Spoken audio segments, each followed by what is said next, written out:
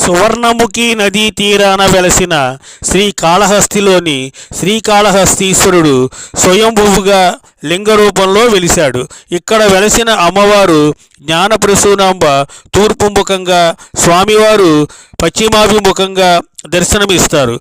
గణపతి ఉత్తర దిక్కుగా, దక్షిణామూర్తి దక్షిణ దిక్కుగా ఉంటారు. శ్రీకాళహస్తిలో గర్భగుడిలో కొలువై ఉన్న శివలింగానికి ఎన్నో ప్రత్యేకతలున్నాయి. ఈ శివలింగాన్ని ప్రాణంగల శివలింగంగా భక్తులు విశ్వసిస్తారు.